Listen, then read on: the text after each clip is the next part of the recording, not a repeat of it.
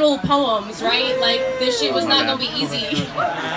Thank you so much for being here with us in the rain. This is fucking awesome.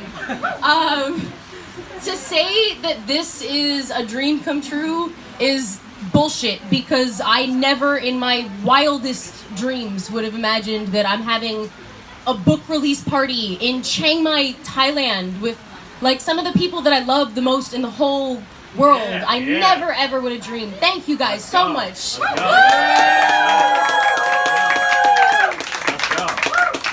Yeah, so I wrote this book. I got this book over here. They're all dry, miraculously, unlike most of us.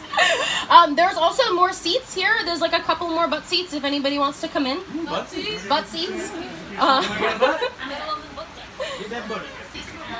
So, a lot of the stories in this book, a lot of the poems, they're stories. They're all stories. Every poem is a battle in its way. All of us in our lives are at war in one way or another, whether it's, love, or I know a lot of us, including myself, had to leave a life behind to end up here.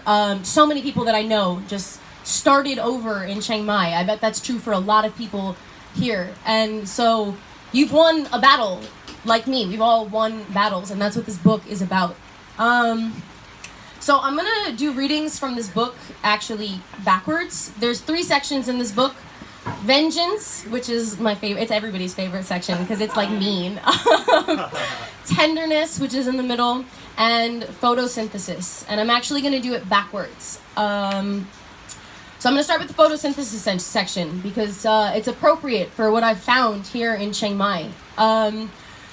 So I found this really cool thing. The poet that you guys know, like a lot of you know, like Tyler the poet, that's all new shit. That's Chiang Mai shit. That person didn't really exist before I came here. And then, I don't know, like I breathed this air and became this performance poet here. And I found this really beautiful thing that I think a lot of you are performers, and so maybe you know what I'm talking about. But this alchemy, this magic, where I come from all of these war stories, right? I come from all of these stories about addiction and mental illness and violence, and sometimes this thing used to happen to me where I would tell people stories like the way you tell stories at a bar, and haha, this happened, like, ha, isn't that funny?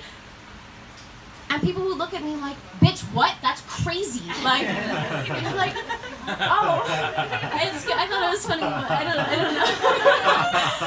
know. And I sort of stopped telling the stories because it was sort of lonely. And then I started writing about them instead. And the strangest thing started happening is that where before nobody could relate, nobody understood, people thought it was fucking nuts, the things that I was talking about. But then I put them in art, and suddenly people started coming up to me after performances, and I read a poem about my friend JJ who overdosed on heroin, and people come up to me and they say, I see my mother in that poem, she died of cancer.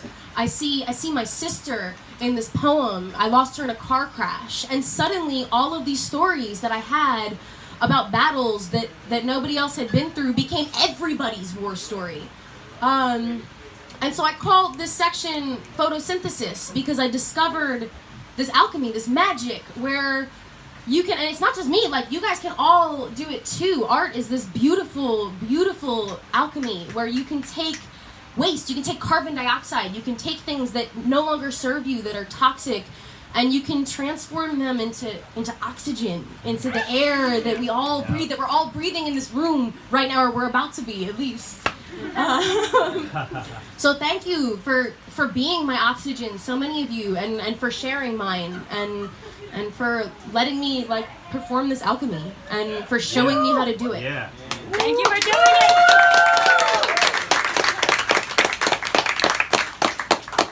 All right. So I'm sorry, I gotta say this. I have never been able. I'm gonna read out of my book. I'm gonna just read some shit out of my book right now. Read that.